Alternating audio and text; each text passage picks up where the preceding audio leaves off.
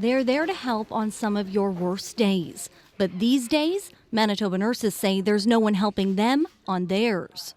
Well, I was often just angry when I was at work because I just felt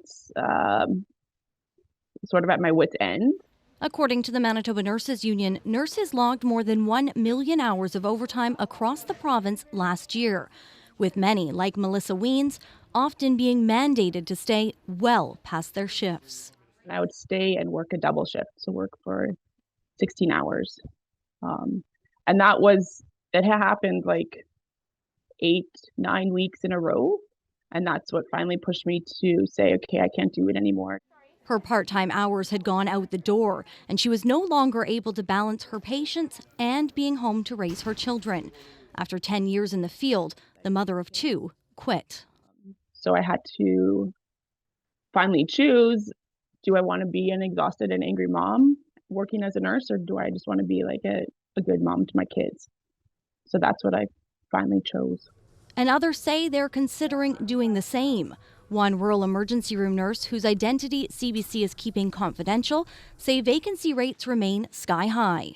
On any given day, when the shifts get posted to be picked up, there's anywhere from 3 to 8 shifts during the day that are empty that need to be filled. Numbers from health authorities show in January, rural hospital vacancy rates for nurses were as high as 35% in some regions, and at one point last year, in some areas, nearly half of nursing positions were vacant. You can't give it 110% all the time. You do your best, and you make sure that the bare minimum really gets done to make sure the patient is safe. But she says more often that's becoming impossible.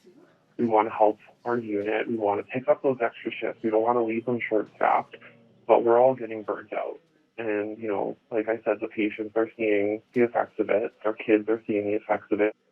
Shared Health and the Winnipeg Regional Health Authority say a provincial nurse float pool is being implemented that will allow for flexible scheduling. However, it's still in its early stages, and at least one health region says it has yet to result in any hirings. Brittany Greenslade, CBC News, Winnipeg.